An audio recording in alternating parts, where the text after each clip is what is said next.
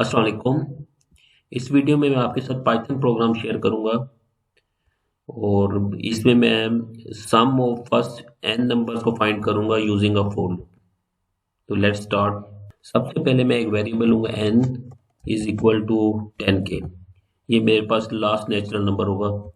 उसके बाद मैंने एक वेरिएबल डिक्लेयर किया है सम इज इक्वल टू 0।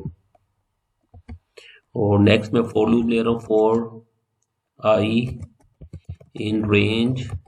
और क्योंकि हम वन नेचुरल नंबर वन से स्टार्ट होते हैं तो वन से स्टार्ट किया और लास्ट नंबर हमारा हो गया n+1। क्योंकि रेंज अगर मैं 5 लूंगा तो ये 4 तक रन होगा, तो मैंने रेंज n+1 कर लिया। उसके बाद मैंने लिखा सम प्लस इक्वल टू i। और ये क्या करेगा, सम में i की वैल्यू ऐड करता रहेगा। और उसके बाद मैं इसे सम को प्रिंट करा लेता हूँ। प्रिंट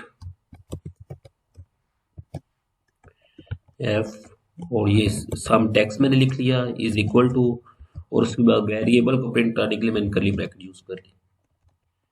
और अब इसे प्रोग्राम को हम रन करते हैं तो ये देखिए हमारे पास सम आ गया है फर्स्ट एंड नेचुरल नंबर का। उम्मीद है ये वीडियो आपके लिए काफी बेनिफिशियल होगी। ओके, अल्लाह हाफिज।